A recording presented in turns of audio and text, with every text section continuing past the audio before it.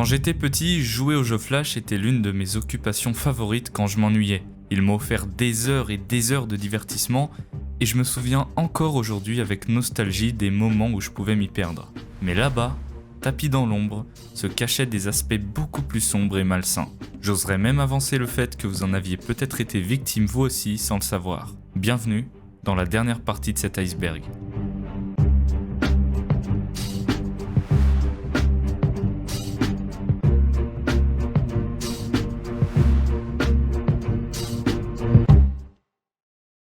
Bonjour et bienvenue dans le dernier volume de cet iceberg. Cette fois-ci, on va parler de la catégorie gore qui s'est étrangement démocratisée entre l'an 2000 et 2010. Et enfin, on va plonger dans les abysses, partie dans laquelle on va voir les différentes déviances et les côtés obscurs de tout ce qui gravite autour du phénomène Flash. Et si vous êtes nouveau, n'hésitez pas à vous abonner si vous aimez regarder des vidéos bien longues avant de vous coucher.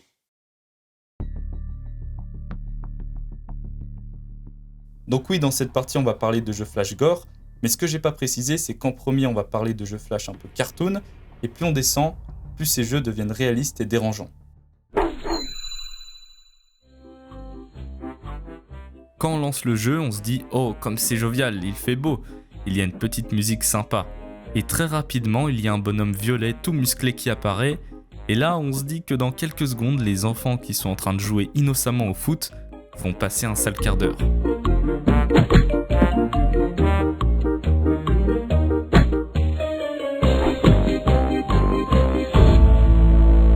Et bah, on s'était pas trompé. Nous incarnons donc ce petit personnage violet avec un crâne blanc, accompagné par son père au parc pour normalement s'amuser avec les autres enfants, mais vous l'avez déjà compris, nous n'avons pas la même définition du mot amusement que les autres. Entre les combos de coups de poing et les lancers de produits explosifs, ce jeu a été une véritable surprise pour moi quand j'étais petit, car je ne m'attendais vraiment pas à ce qu'il soit aussi violent. Pour autant, j'aimais bien y jouer. Alors est-ce que ça faisait de moi un futur psychopathe et que j'allais vraiment mettre la pâtée à des enfants plus tard ? Un journaliste vous dirait que oui et qu'il faut consulter un psychologue de toute urgence, eh bien moi je vous dirais que tout ce que ça a pu avoir comme effet sur moi, c'est un immense élan de nostalgie. Donc voilà, en résumé, on se fout sur la gueule avec des gosses qui n'ont rien demandé, et à la fin on affronte le boss du TX. Les mécaniques du jeu sont assez simples, il ne faut que quelques minutes pour finir la partie, pour autant ce jeu m'a bien marqué. Mais si je vous en parle, ce n'est pas pour rien puisque ça ne s'arrête pas là. Et oui, vous ne rêvez pas, ce character design est devenu un véritable icône de la scène Flash. Le tout premier jeu à avoir cet aspect, c'est Alien Hominide en 2002, développé par Tom Fulp, le fondateur de Newgrounds. Jeu dans lequel on contrôle un petit extraterrestre qui se bat contre le FBI. S'étant suivi plusieurs autres jeux avec le même design des personnages, comme Chainsaw the Children, Castle Crasher, Dead Enemy, Battle Block Theater, qui ont permis d'accroître la popularité de ce style visuel. Tellement que ces jeux ont pris de l'ampleur avec le temps, des dessins animés ainsi que des animations 3D ont même été réalisés par des fans, faisant de ces styles de personnages l'une des mascottes de Newgrounds. Si on veut résumer le délire, les développeurs ont voulu mélanger le trash et l'humour, et ça fonctionne très bien. Mais vous allez voir dans la partie des abysses que Tom Fulp a créé un jeu quant à lui bien problématique.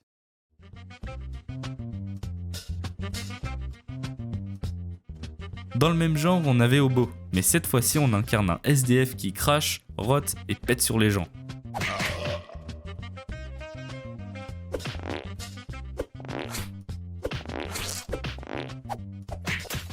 Comment on a pu inventer un truc pareil, sérieux? Et plus vous avanciez dans le jeu, plus vous aviez des combos de zinzin du genre vomir, chier son âme. Et le pire, c'est qu'ils ne se sont pas arrêtés là. Ils se sont pas dit « Ok, on a peut-être créé un jeu un petit peu bizarre, maintenant on passe à autre chose ». Non, il y en a eu 7. Bon, je vous épargne chaque combo qu'on peut débloquer, mais dites-vous qu'à la fin on peut vomir, gicler du sang, pisser, chier, tout ça en même temps. D'ailleurs, vous remarquerez, le jeu n'est pas vraiment religieusement correct, mais c'était une autre époque. Aujourd'hui, pas sûr que ça passe de créer un jeu dans lequel tu peux mettre des droites à Dieu et vomir sur des anges.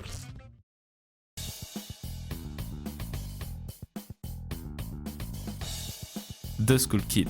Vous devez sûrement le connaître, ce jeu est très populaire dans la scène Flash. Nous incarnons un enfant portant un crâne sur la tête, tronçonneuse en main et on a visiblement décidé de nous lancer dans une mission de destruction massive à l'intérieur d'une open space. Au début on tombe sur des employés inoffensifs, ils sont là, ils se servent un verre d'eau et bam! Les pauvres, si ça se trouve ils avaient une femme, des enfants qui attendaient leur retour à la maison, mais le destin en a décidé autrement. Mais ce qui me fait le plus rire, c'est la musique chill en fond alors qu'on est littéralement en train de tronçonner des mecs. Cette douce mélodie nous aide finalement à oublier le carnage qui se produit autour de nous, et on se contente de continuer à avancer dans notre mission de destruction massive.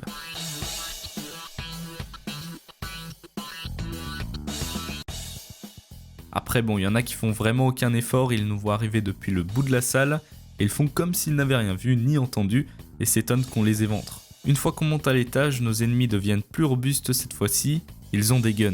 D'ailleurs nous aussi on est armés, mais je ne sais pas d'où ça sort étant donné que lorsque l'on est entré dans l'ascenseur, on avait encore une tronçonneuse. Bon, il devait sûrement y avoir un pistolet dans la cabine, ça doit être ça. Carrément au bout d'un moment ça sort le fusil à pompe, l'AK-47, mais c'est pas ça qui nous arrêtera. Une fois arrivés au bout, nous devons monter une dernière fois l'ascenseur afin d'arriver dans le bureau du boss. Bon, faudrait réagir là. Oh, vous me voyez ? Allô ? Bon bah, tant pis. Ah, c'est dégueulasse. Et voilà, c'était Skull Kid. Encore une fois, je ne sais pas pourquoi ce jeu est autant culte, parce qu'avec du recul, c'est vraiment éclaté quoi.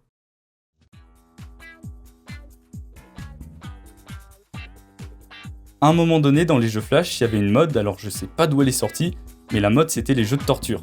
Alors ouais, c'est glauque dit comme ça, mais il y en a une pléthore, et commençons par Wake Your Boss.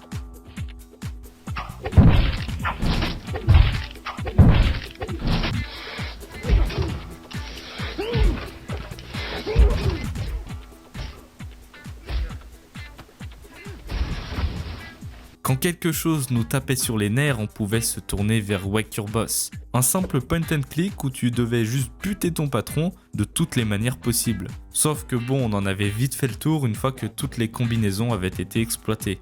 C'est pour ça que les développeurs ont dû inventer des variantes comme Wake Your PC, Wake Your Neighbor, Wake Your Ex, Wake Your Terrorist, etc. Et grâce à leur esprit trash et sans prise de tête, ces jeux ont eu un vrai succès sur YouTube, des millions de vues au total.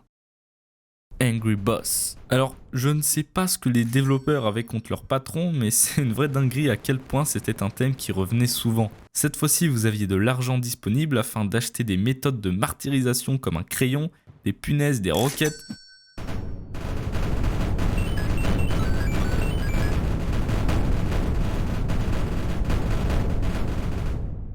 Mais bon, on rigole, mais l'idée en elle-même de créer ce genre de jeu a forcément laissé une porte grande ouverte à des choses bizarres, voire très très bizarres. Il y a eu d'autres jeux de martyrs qui sont pour le coup beaucoup plus réalistes, là où avant on restait dans le cartoon, et là je trouve pas ça foufou sachant que n'importe quel enfant pouvait tomber dessus. Alors oui, les jeux violents ça a toujours existé, mais à la différence des jeux consoles où il y a un système d'évaluation, vous savez les fameux Peggy 16, Peggy 18, pour les jeux Flash, c'était le Far West en termes de restrictions. Encore s'il y avait un petit disclaimer au début, ça passerait. Mais là, y a rien.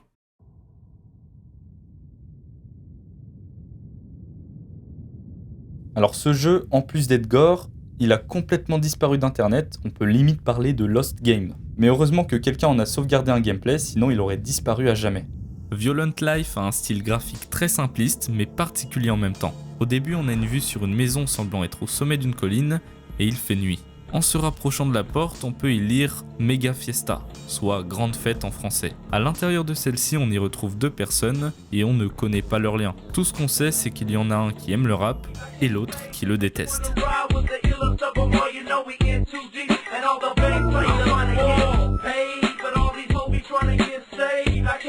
Mais il le déteste à un tel point qu'il saisit une chaise et commet l'irréparable.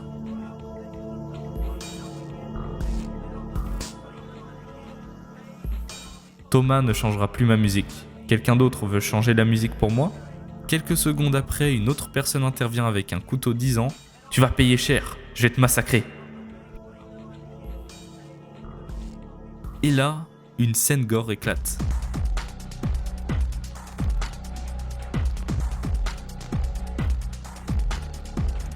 Tout ça pour de la musique, je le rappelle. Ensuite, on s'enfuit de la maison et comme par hasard, il y a une bonbonne de gaz qui n'était pas là avant. On tire dessus et...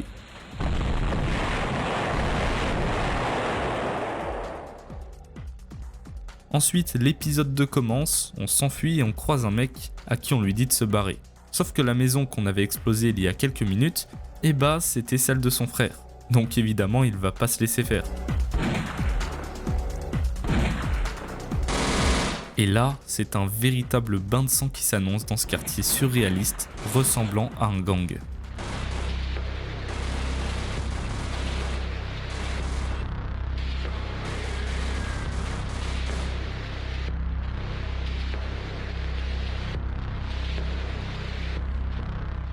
Puis ce fameux mur en briques que l'on voit depuis tout à l'heure est en fait une frontière avec un parc intercriminel, mais c'est loin d'être quelque chose qui va nous arrêter durant notre quête morbide.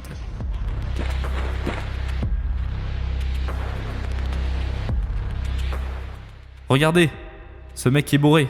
Mec, c'est quoi ton problème? Ah ok, pourquoi pas. Quoi qu'il en soit, ce mec là, eh ben il va mourir maintenant.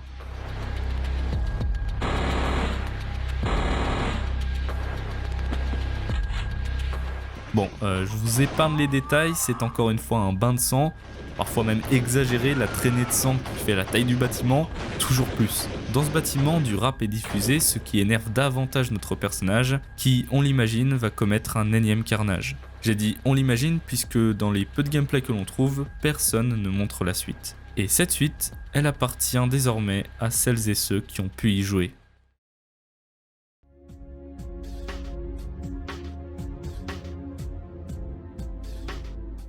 La série des Sing Sing a été très marquante pour énormément de gens, sûrement grâce au côté gore, mais surtout grâce au côté novateur du jeu. À cette époque-là, on était en 2005 et c'était très rare de voir des jeux Flash aussi quali. Alors quand je dis quali, je parle pas forcément des graphismes, mais plus du scénario, puisqu'il y avait vraiment une histoire derrière ce jeu, ce qui n'était vraiment pas commun. Au début du premier jeu, nous nous retrouvons enfermés dans une cellule de prison avec un médecin qui, une fois neutralisé, nous donne une arme. Celle-ci nous permet de briser la trappe et de nous échapper. Sur notre chemin, nous devons affronter des gardes qui nous barrent la route et cette situation se répète tout au long du jeu. Et il y a même un moment où on se fait prendre en embuscade dans un ascenseur, mais ils ne feront clairement pas le poids contre nous.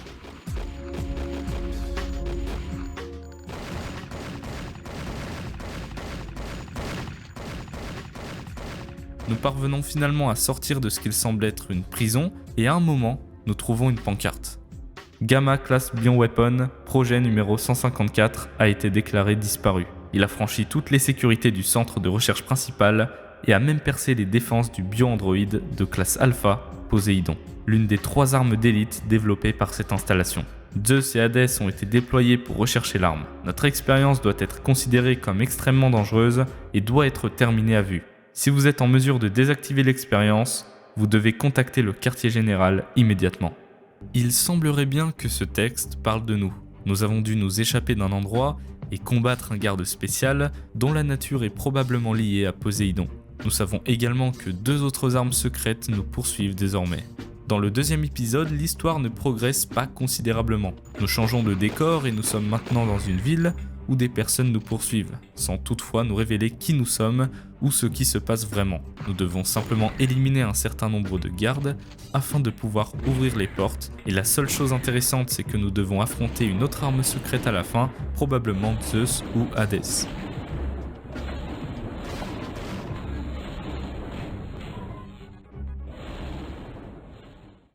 Dans le troisième épisode, le mystère s'épaissit. Un individu anonyme nous aborde et révèle qu'il est le projet 153, et nous affirme que nous sommes le 154e. Tous deux créés par Systems Corp. Ne supportant pas d'être remplacés, son objectif est clair: nous tuer.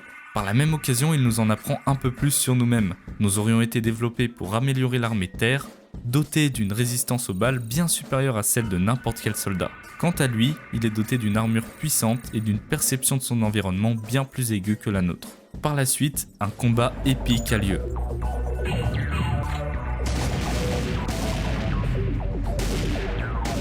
Bon, sérieusement, c'était quoi tout ce cinéma pour le détruire en genre 15 secondes ? Du coup, nous avons tué Poséidon, Zeus et Valdreg, un prototype d'Hadès. Il ne nous reste donc plus qu'à tuer Hadès en personne.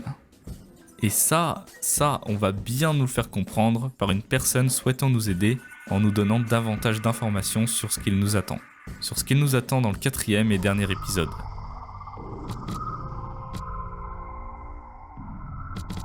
Ça fait des heures, comme si le prototype Hadès n'était pas déjà un problème. Maintenant je suis dans l'incompréhension. Pourquoi ai-je été créé ? Est-ce que toute cette souffrance sert juste à avoir une arme plus puissante ? Comment se fait-il que ce soit moi qui ai été créé pour ça ? Nous nous interrogeons pour la première fois sur notre identité et notre but dans l'existence. Nous avons instinctivement cherché à nous échapper de cette prison, mais avec le temps, la machine a commencé à développer des caractéristiques humaines. De retour en cellule, nous appliquerons la même méthode que la première fois pour nous évader.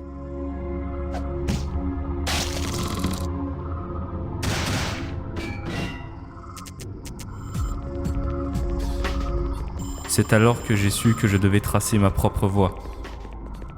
Je ne pouvais pas être esclave d'une corporation démente. On aperçoit le panneau d'entrée du bâtiment, ce qui signifie très clairement qu'on peut s'échapper d'ici. Cependant, une force intérieure nous pousse à vouloir nous venger de la personne qui nous a créés et nous faisons donc demi-tour. Notre instinct nous dicte de nous rendre tout en haut du bâtiment afin de retrouver cette personne ayant causé tant de souffrance. Évidemment, cette mission ne sera pas une simple tâche. Une multitude de soldats sécurise les lieux et n'hésite pas à nous tirer dessus.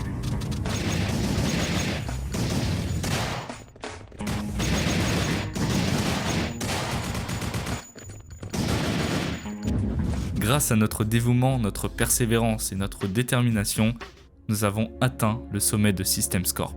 Une fois arrivés, nous pouvons apercevoir plusieurs écrans géants sur lesquels le PDG est visible, fumant tranquillement son cigare dans son bureau. Bien joué, toi, le projet 154. Et tu t'es battu pour en arriver là. Tu t'attendais à ce que je sois là, n'est-ce pas? Normalement, je devrais. Mais vu les problèmes que t'as causés, j'ai pensé que je devais me mettre en terrain plus sûr. Tu as vaincu tous les soldats et toutes les armes qu'on t'a envoyées. Sans parler de la perte de millions de dollars de mes propres investissements et de la mort d'innombrables de mes employés. Que se passe-t-il maintenant? J'ai l'arme la plus puissante du monde devant moi, mais tu es impossible à contrôler. Tu as réussi à détruire presque toutes nos recherches sur toi. Donc, je suppose que la réponse est évidente. Nous devrons juste essayer à nouveau. Tu as prouvé tes gènes dans le dossier. Tu as juste besoin de modifier ton comportement pour que nos acheteurs potentiels ne soient pas en danger. Le problème évident est que tu es le seul porteur de toutes nos recherches. Et plus important encore, j'estime que tu n'as aucun intérêt à te rendre à notre cause. Cela ne vous donne cependant pas l'avantage. Tu n'es qu'un clone, tu n'es pas l'original. Tu es l'une des centaines d'expériences qui sont comme toi. Nous avons dû jeter des échecs comme toi dans l'incinérateur parce qu'ils avaient des défauts génériques mineurs. Et que vous soyez vivant ou mort n'affectera en rien mon business ou mes sentiments. Je vais juste te tuer là où tu es. Et mes ingénieurs nettoieront ce dont ils ont besoin pour en faire un autre. C'est un peu cruel, mais parfois les réponses les plus simples sont les meilleures. Au revoir 154. Tu seras sûrement bénéfique dans ta prochaine vie.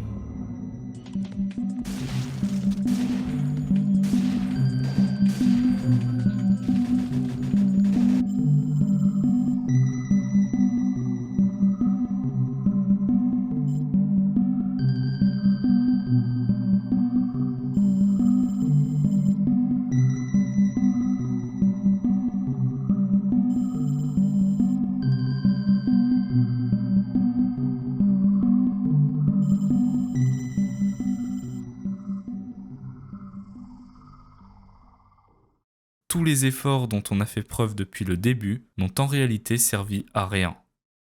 Et je trouve ça génial. Bon, ok, je peux comprendre que ça peut être frustrant pour beaucoup d'entre vous. Mais est-ce que c'est pas mieux ainsi? Enfin, je veux dire, à quoi bon vivre si on est une création maléfique de la science? Et sans aller aussi loin, ça change des fins heureuses dont on est tant habitué, on est plongé dans un univers sombre dès le départ et on y reste jusqu'au bout. Sinon, pour parler un peu du gameplay, je trouve ça fou l'évolution qu'il y a eu entre le premier et le 4e épisode. C'est simple, le développeur n'a fait que de s'améliorer. Au début, on pouvait juste sauter, récupérer un pistolet, mais ça s'arrêtait là.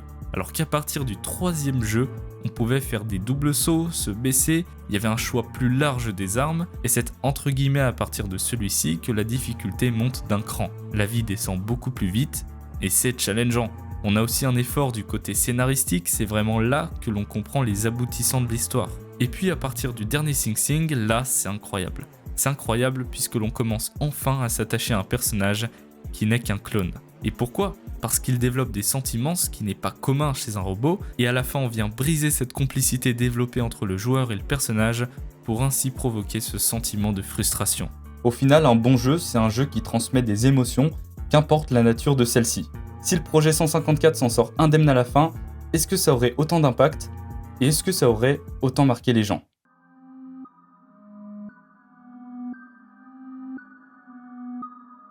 Si vous avez vu la vidéo précédente, c'est un peu le même scénario que Intruder. Nous entrons des cours tranquillement, sauf qu'il y a un truc qui cloche. La porte est entrouverte et il y a une giclée de sang sur le mur. On comprend alors rapidement que quelqu'un s'est introduit dans notre maison et que nos parents en ont potentiellement fait les frais. Le but du jeu est relativement facile à comprendre. Ne pas faire de bruit tout en progressant dans la maison jusqu'à trouver le tueur, car si vous faites un pas de travers,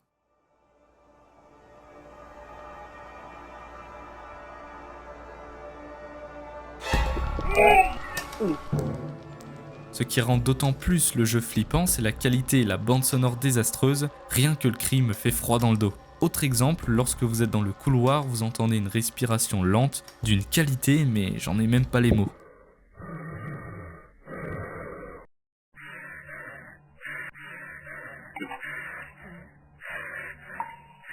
En arrivant dans la cuisine, on peut tomber sur un morceau de journal. Donald the Ugly Dempsey s'est échappé. On n'a plus de doute, un fou furieux est seulement à quelques mètres de nous. Mais au moment d'accéder aux toilettes, ce qui va se passer va vous faire comprendre pourquoi j'ai placé ce jeu ici et pas dans la partie d'avant. Attention aux yeux.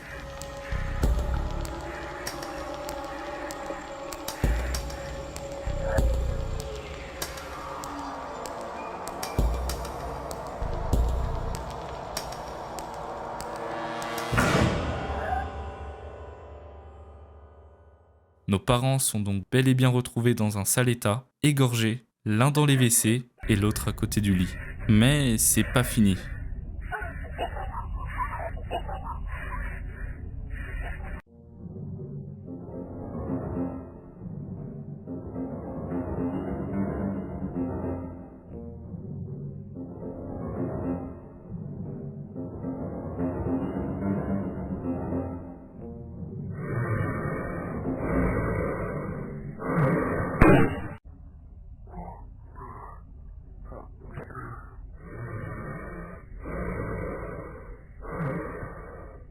Bon, à la fin, la police qui arrive comme ça, on dirait vraiment un film un peu cliché.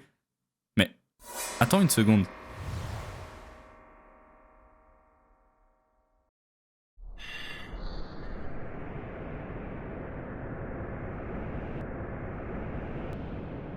Vous vous réveillez dans les bois avec une bosse sur la tête. Vous ne vous souvenez pas comment vous en êtes arrivé là, tout ce dont vous vous souvenez, ce sont des rêves.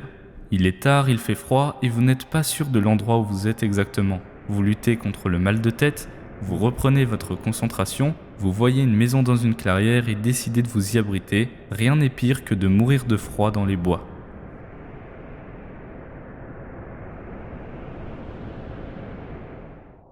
Bon, quand vous voyez les graphismes, les PNG de branches mal détourés, vous vous dites sûrement que c'est un jeu éclaté, mais si je vous disais que vous avez devant vous l'un des jeux flash les plus flippants jamais créés, est-ce que vous me croiriez ?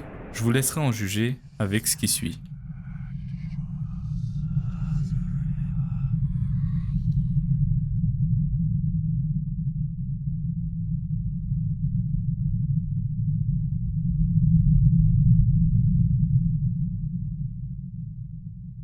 À peine entré dans la maison, un bourdonnement retentit. La qualité d'image est particulièrement basse et l'ambiance sonore n'aide vraiment pas à créer une atmosphère plus réconfortante. Les pièces sont pour la plupart vides et dénuées de toute couleur, avec ce bruit blanc omniprésent qui ne fait qu'accroître le sentiment d'oppression. L'air est lourd et chargé et de ce fait il est difficile de trouver un moment de répit. En allant dans certaines pièces, on peut y trouver du sang, des têtes découpées, encore du sang et des cadavres. Et le fait que la qualité d'image soit basse rend finalement le tout plus réaliste. Mais cela n'est rien sans la bande sonore.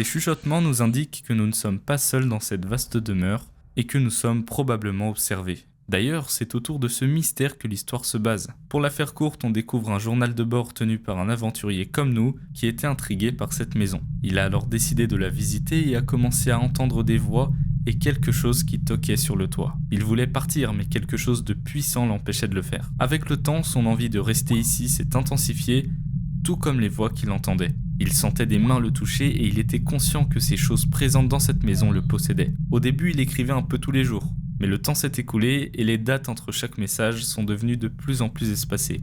1 jour, 4 jours, 9 jours, 1 mois, et à un certain moment, les dates ont complètement disparu et il a justifié cela en disant qu'il avait perdu la notion du temps, mais qu'il était sûr d'être ici depuis plus d'1 an. Cette maison possède un pouvoir qui fascine et qui fait oublier les choses extérieures à elle. On y voit donc un peu plus clair malgré l'ambiance lugubre qui imprègne les lieux, et il est évident que si nous restons trop longtemps ici, nous risquons de courir à notre perte. Malheureusement, il est impossible de ressortir par la porte d'entrée, il va donc falloir être stratégique pour pouvoir s'échapper. Nombreuses sont les énigmes qui truffent le chemin et nous emmènent peu à peu vers le sous-sol. Là où le stress ne fait que grandir à mesure que le temps passe. Il nous faut donc trouver une issue, et vite.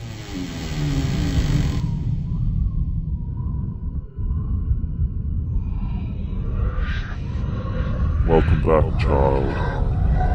You have served us well up until this point. Now serve us again. Become the hand of Ex Mortis.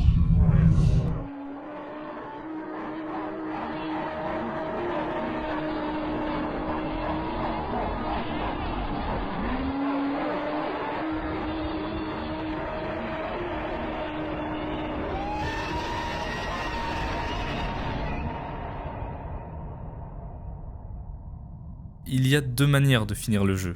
Soit on résout l'ultime énigme, soit on prend la fuite par l'entrée à gauche, nous emmenant dans la forêt jusqu'au moment où...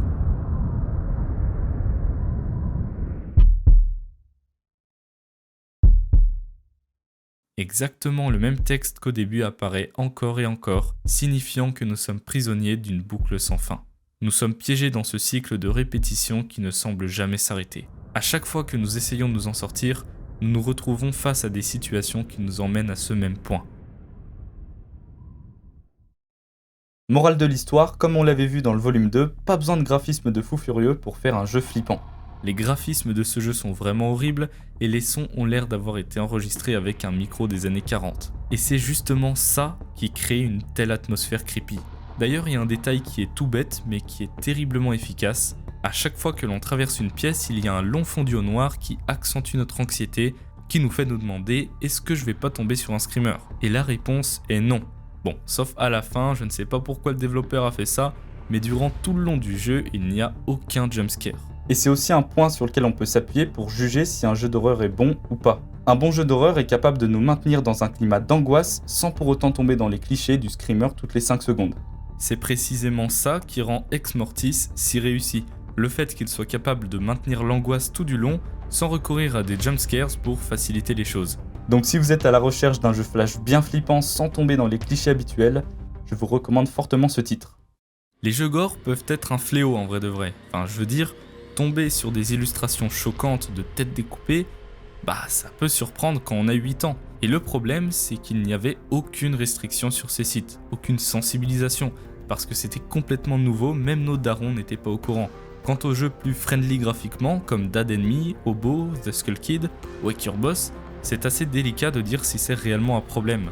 Certes, les graphismes sont enfantins, mais est-ce que pour autant ça dilue la violence des actes commis à l'intérieur ? C'est une interrogation que je me fais, mais je dirais que ce n'est pas nécessairement un problème, en tout cas pas par rapport à mon vécu. Oui, j'ai joué à ces jeux, mais c'est pas pour autant que ça m'a donné des idées sombres, donc je suis curieux de savoir votre avis là-dessus.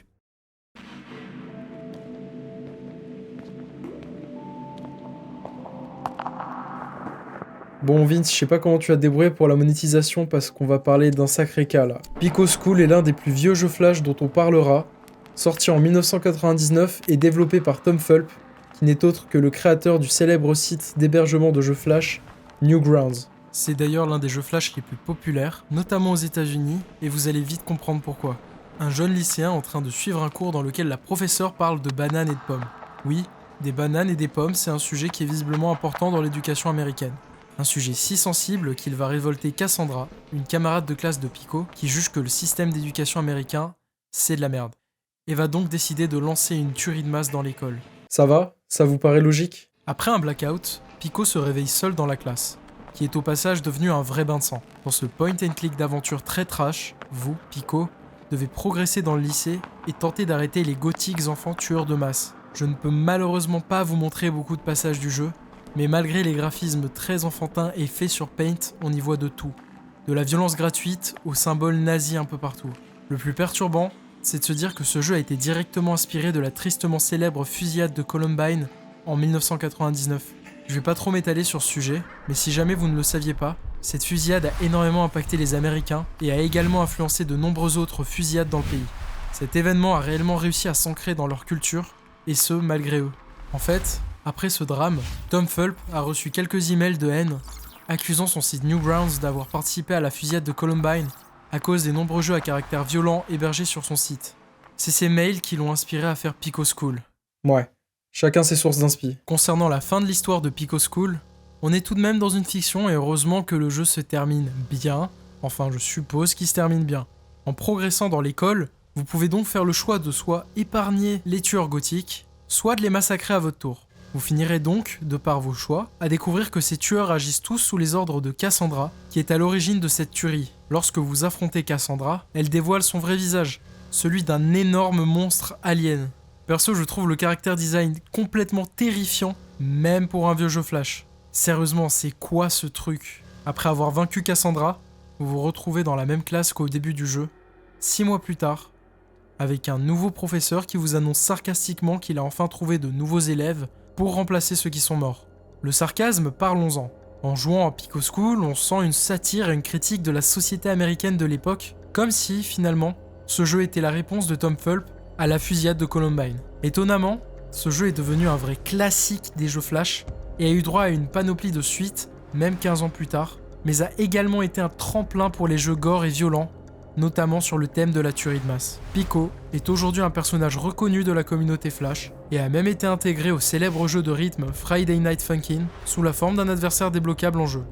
Quand je vous dis qu'il y avait et qu'il y a encore une vraie hype autour de Pico School, je pèse mes mots. En effet, certaines vidéos YouTube de let's play de Pico School cumulent des millions, voire des dizaines de millions de vues. Ce qui nous laisse nous demander si ce genre de jeu n'est finalement pas ancré dans la culture des jeux Flash. Et ce, malgré la controverse derrière. En tout cas, il y a matière à débat. Est-ce que c'est une bonne ou une mauvaise chose ? Je vous laisse nous dire ça en commentaire.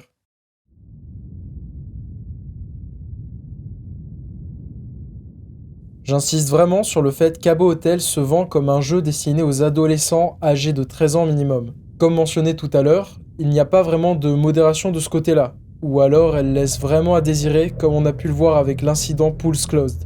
Il est alors très facile pour n'importe quel enfant de se connecter sur Habbo Hotel. Et il en va de même pour les adultes de tout âge. Et pour vous dire à quel point la modération sur Habbo Hotel était pourrie, je vous le donne en mille, oui, des milliers d'enfants ont été victimes de grooming. Alors le grooming c'est quoi ? C'est un terme utilisé pour définir toute tentative de manipulation mentale pour s'attirer des faveurs sexuelles de la part d'enfants. C'était concrètement le plus gros problème du jeu, qui est devenu un véritable repère à pédophilie. Et le pire, c'est qu'il y a eu des cas documentés, tels qu'un reportage diffusé sur la chaîne britannique Channel 4 News en 2012, dans lequel des enquêteurs se penchent sur les nombreux cas de grooming et de tentatives de détournement de mineurs. Déjà à l'époque, l'entreprise derrière Habbo, Soulaké, se défendait formellement contre ces accusations et ont bloqué temporairement les communications du jeu après une vague de signalements initiés par les journalistes de 4 News. Mais pas de chance pour eux, des témoignages de la part d'ex-joueurs d'Habbo Hotel sont venus renfoncer le clou. Sophie témoigne. J'ai 18 ans et j'ai commencé à jouer à Habbo il y a 5 ans environ. L'année dernière, j'ai envoyé à Habbo un mail contenant des preuves d'un homme qui me demandait si je voulais voir ses parties intimes. Lorsque j'ai envoyé le signalement, on m'a dit que j'utilisais l'outil de signalement de manière abusive. J'ai donc envoyé un mail à l'entreprise avec des preuves, dont une capture d'écran qui prouve mes dires. Ils m'ont répondu la chose suivante. Veuillez supprimer ce joueur Habbo de votre liste d'amis afin de ne plus recevoir de messages de sa part. Nous n'acceptons pas les captures d'écran en guise de preuve, puisqu'elles pourraient être trafiquées. Bien à vous, service client habbo.com. Un autre joueur témoigne. Le nombre de salles de jeu Habbo à but sexuel m'énervait beaucoup. Alors j'ai envoyé un signalement à Habbo via leur outil de service client avec un dossier contenant des captures d'écran, nom et date de leur abus. Ils ont décidé de m'ignorer. Chaque événement que j'ai mentionné dans mon dossier avait également été signalé via l'outil en jeu Obtenir de l'aide, sollicitant directement les modérateurs de l'époque, et j'ai reçu 2 réponses incohérentes. Merci, votre problème a été réglé. Alors que ce n'était pas le cas du tout. Merci de ne pas abuser de notre système de modération. Il est réservé aux urgences seulement. Non seulement la modération laissait vraiment à désirer pour un jeu si populaire, mais comme l'indique ce témoignage, il y avait un nombre incalculable d'appartements et de salles de jeu dont le but était clairement défini, avoir de fausses relations sexuelles en ligne avec d'autres joueurs. Cela revenait littéralement à se connecter à un site de rencontre en ligne avec un chat rose. Dans le reportage de 4News, des enquêteurs se sont fait passer pour un enfant âgé de 6 ans et se sont simplement mis à se connecter sur Habbo Hotel en vagabondant dans les salles de discussion. Ils ont pu montrer la vitesse à laquelle ils ont reçu des messages très dérangeants de la part de joueurs parfois adultes. Il y a eu quelques cas d'arrestation de pédophiles sur Habbo Hotel et l'une d'entre elles est particulièrement troublante. Ashley Whisfield, 25 ans, est un agent de soutien de la police britannique lorsqu'il est arrêté en 2012 pour avoir organisé et filmé des sessions webcam avec de jeunes enfants dans lesquelles il les incitait à se dénuder et à faire des choses dégueulasses. Il utilisait le chat d'Habbo Hotel pour trouver ses victimes tard le soir, pendant que les parents des victimes étaient probablement en train de dormir. Il gagnait la confiance des jeunes joueurs en se faisant passer lui aussi pour un adolescent. Lorsque la police est venue toquer à la porte des parents d'Ashley Whisfield afin de l'arrêter, ces derniers ont répondu qu'ils savaient déjà où le trouver, étant lui-même un membre de la police britannique. Les affaires controversées liées à la pédophilie qui ont été associées à Habbo Hotel soulignent l'importance cruciale de la sécurité en ligne pour les enfants et les jeunes adultes. Bien que le jeu ait été initialement créé pour offrir une expérience de jeu amusante et divertissante, il a malheureusement attiré l'attention de prédateurs sexuels qui ont exploité la naïveté des utilisateurs. Les mesures prises par Sulake Corporation pour renforcer la sécurité du jeu ont été importantes, mais il est également important de souligner que cette responsabilité revient premièrement aux parents. En effet, les parents doivent être au minimum conscients des activités en ligne de leurs enfants et les éduquer sur les dangers potentiels liés à l'utilisation d'Internet. En fin de compte, la sécurité en ligne doit être une préoccupation majeure pour tous ceux qui utilisent Internet, en particulier pour les enfants et les jeunes adultes qui sont souvent les plus vulnérables aux prédateurs en ligne. Les incidents liés à Habbo Hotel soulignent l'importance de l'éducation et de la prise de conscience pour maintenir un environnement en ligne sûr pour tous.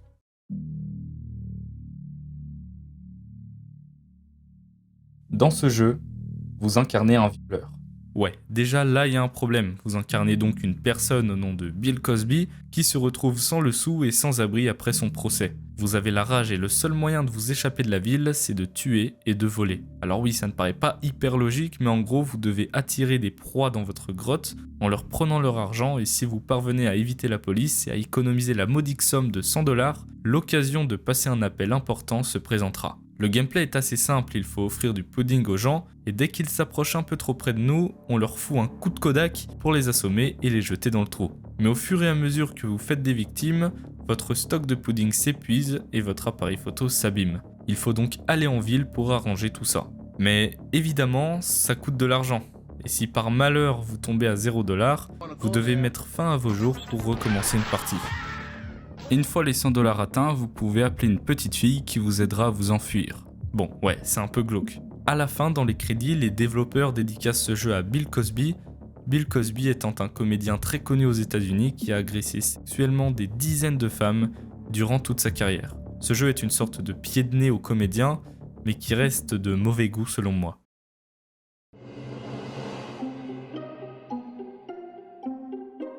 Cette image, vous la connaissez tous. Elle en a traumatisé même certains, c'est la raison pour laquelle on la place dans les abysses. Scary Maze Game, ou plus communément appelé la souricière en France, il s'agissait d'un jeu d'adresse jouable uniquement avec la souris et il fallait parcourir un chemin. Au début, les niveaux sont assez simples et ne présentent pas de difficultés insurmontables. Cependant, à partir du 3e niveau, les couloirs deviennent de plus en plus étroits et obligent les joueurs à se concentrer plus que jamais pour s'en sortir. Mais en se rapprochant de la fin, ça ne se passe pas comme prévu.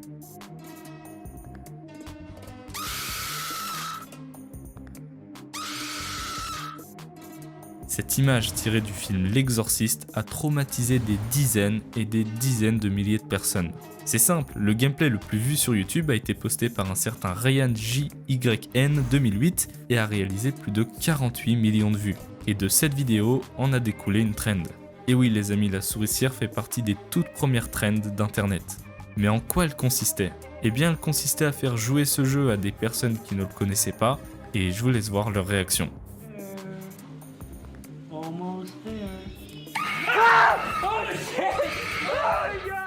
Mais beaucoup de ces personnes piégées étaient des enfants, laissant des traces indélébiles dans leur mémoire.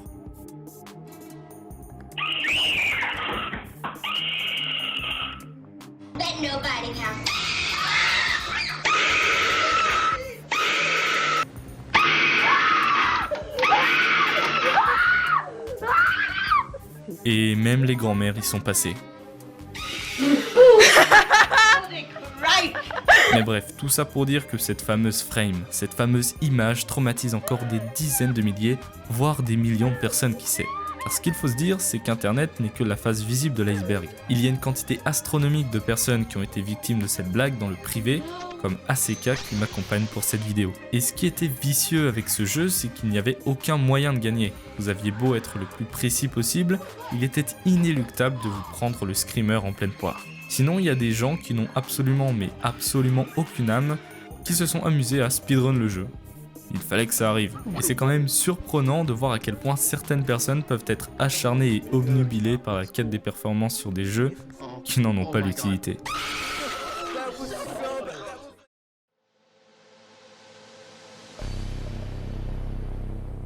Mais parmi les jeux Flash qui étaient principalement destinés pour des enfants, se cachaient des jeux dont ils n'étaient clairement pas la cible. Sur les sites en question qui les hébergeaient se trouvaient des choses bien glauques telles que des furies ou encore des jeux avec des scénarios. En somme, des bails bien sombres. Mais même s'il faut être un gros détraqué pour jouer à ça, on pourrait se dire que ces jeux sont présents sur des sites spécialisés et donc les enfants n'ont rien à faire là. Et c'est vrai, mais sur certains sites dédiés aux enfants, pour le coup, se trouvaient des jeux qui n'avaient rien à faire là, quoi. Je vous donne un exemple au pif, mais Dora. Vous voyez Dora l'exploratrice, ça a bercé l'enfance de millions d'enfants. Et bah il y a un site qui a décidé de détruire la vôtre avec un jeu intitulé « Donner une fessée à Dora ». Franchement, je ne sais pas vous, mais pervertir des dessins animés, c'est quelque chose qui me met ultra mal à l'aise, surtout quand on sait que la cible sont des enfants. Imaginez-vous à quel point ça doit être perturbant pour un enfant de regarder un dessin animé sain d'esprit, puis ça. Et ça nous amène au sujet suivant, les premiers contacts involontaires au monde de la pornographie.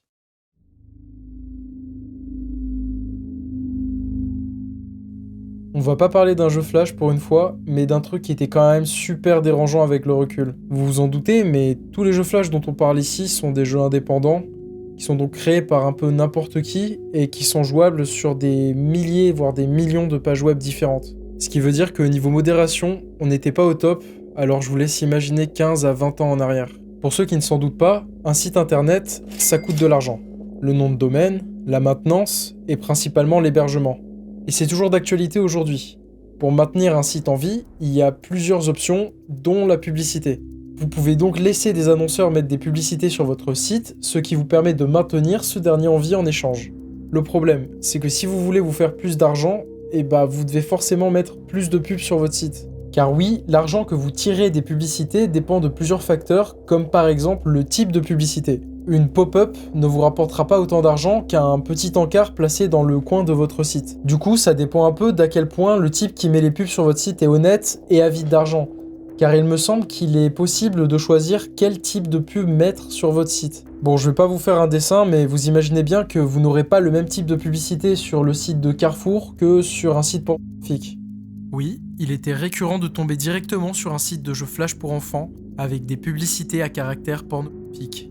J'en ai moi-même été témoin, et c'est d'ailleurs la première fois que j'ai été exposé à la pornographie puisque à ce moment-là j'avais 7 ans et je voulais juste jouer à un jeu Flash sur l'ordinateur familial.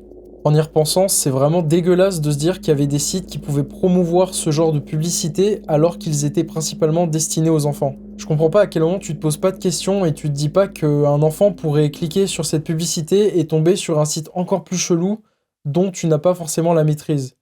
En faisant des recherches sur la Wayback Machine avec Vince, on est d'ailleurs tombé sur des traces de ce qui semblait être d'anciennes publicités et mots-clés destinés au référencement de sites de jeux Flash très bizarres.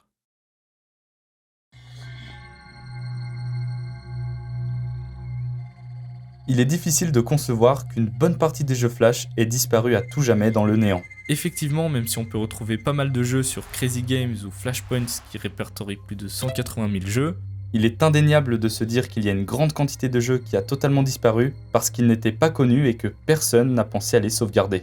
Et à partir de là, on peut spéculer plein de choses. Si ça se trouve, il y avait certains jeux qui comportaient des secrets gouvernementaux. Bien sûr, on peut laisser libre cours à notre imagination, mais c'est parfois troublant d'avoir ce genre de pensée.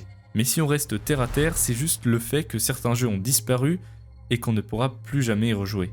Cette idée qui nous rappelle que tout ce qui a existé un jour peut être effacé à jamais peut être très perturbante.